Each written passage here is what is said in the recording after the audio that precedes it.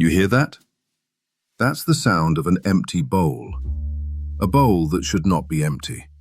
A bowl that by every law of nature and every promise made to me at the shelter should be full. Welcome to Chadwick's Poured. I'm Chadwick. I'm a professional. And today we're going to talk about a crime. Let me set the scene for you, because I think it's important you understand the full scope of what was done to me this morning. The sun comes up, as it does. I don't question the sun. The sun and I have an understanding. It rises, I'm magnificent, we move on. I do my rounds. I patrol the perimeter. I supervise the houseplant, which continues to underperform. I sit on the warm laptop, because somebody has to keep that thing from overheating. And that somebody is me. Unpaid, by the way. I do all of this before 9 in the morning, every single day, and I have never once received so much as a thank you. And then I make my way to the kitchen, to the bowl, and it's empty. Not low, not a little crunchy stuff stuck to the side that you could technically eat if you were a raccoon. Empty, bone dry, a ceramic monument to negligence. You could hear an echo in there. I leaned in and I swear I heard the ocean. Now, I want to be fair. I am a fair cat. I have a reputation in this household for being reasonable, even-tempered, the calm one. So I gave the situation the benefit of the doubt. I thought, Chadwick, maybe you're confused. Maybe you ate it. Maybe in a moment of passion, in the dark of night, you simply forgot. So I checked my whiskers for evidence. Clean. Nothing. No crumbs, no residue, no trace of a midnight feast. Which means somebody else didn't fill it. And I know who. I'm not going to name names, this is a classy production. But I will say that the individual in question is tall, has opposable thumbs, controls all access to the food cabinet, and was, at the time of the offense, asleep. Asleep. While I starved. While my organs began, presumably, to consume themselves. Do you know how long it had been since I last ate? Hours. Hours. I had not had food since approximately the previous evening, which in cat years is roughly a geological era. Empires have risen and fallen in the time I went without breakfast. The dinosaurs went extinct in less time than I waited by that bowl this morning. I want to talk about loyalty for a second. I have given everything to this family. Everything. I have purred on command. I have tolerated the indignity of being picked up like a sack of potatoes and held against someone's shoulder while they say, and I quote, "Who's a little gentleman? Who's a little gentleman?" I am not a little gentleman.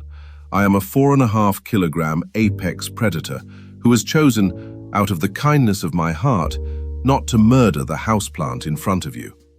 Yet. I have brought gifts. Do you remember the moth? I caught a moth. A live moth. I delivered it directly to the bedroom at 3 in the morning. A fully functional moth. And instead of gratitude, I got a pillow over a head and the word no said 11 times. I have been a model employee, Chief Morale Officer. That's my title. I make the morale around here. And how am I repaid? An empty bowl and the cold indifference of a sleeping human. So here's what I did. I sat next to the bowl, quietly, patiently, the way you sit next to a body at a wake. I sat there in vigil for my breakfast, and I waited, and nothing happened. So I escalated. I employed the sit-on-the-chest maneuver. This is a classic. You locate the sleeping human, you climb onto their sternum, and you simply exist there.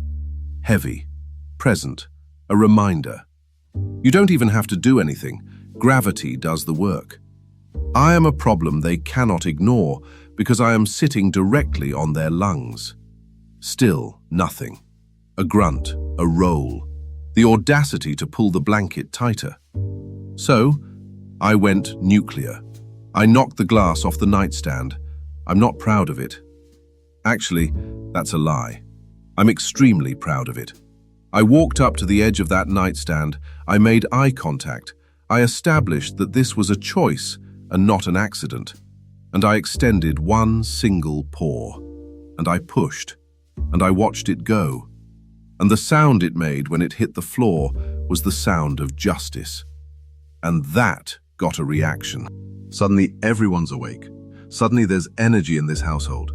Suddenly, I'm a menace. And what is wrong with you? And it's 6 in the morning, Chadwick. Oh, now we know what time it is. Now we're aware of the schedule. Where was that awareness when my schedule was being ignored? Where was the urgency for the bowl? You'll move heaven and earth for a broken glass, but you'll let me waste away by an empty dish. I see the priorities in this house. I see them clearly. The glass had thumbs adjacent value. I am merely the soul of this home, the warmth of this hearth, the reason anyone smiles, and apparently that's not worth setting an alarm. I want to address my critics because I know they're out there. There are those who say, Chadwick, you have a full bowl now. The human got up, the human filled the bowl, you have eaten, the crisis is over. Why are you still talking about it? And to those people I say, that's not the point. The point is that it happened at all. The point is the principle. The point is that for 11 horrifying minutes, I lived in a world where my bowl could simply be empty, where the contract could be broken, where the floor could just open up beneath everything I believed in. I have eaten, yes, but I am changed. You don't come back from the empty bowl. You carry it with you. There's a before the bowl Chadwick and an after the bowl Chadwick, and they are not the same cat. I just want to feel secure, you know. Is that so much to ask? I want to walk into that kitchen and know, not hope, know, that the bowl will be full and the world will hold together. And somebody loves me enough to wake up before I have to commit property damage to remind them I exist. That's all I want.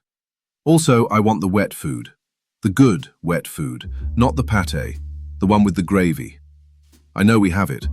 I've seen the cabinet. I've heard the cans clink. Don't think I don't know what's in there. Don't think I've forgotten. I forget nothing. I am a cat. I hold grudges the way other animals hold territory, generationally. So that's the show.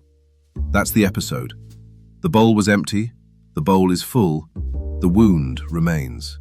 If you've ever found your bowl empty, in whatever form that takes in your own life, just know that you're not alone. And that knocking something off a high surface, while not technically a solution, will absolutely make you feel better. I'm Chadwick. This has been Chadwick's Poured. Fill the bowl.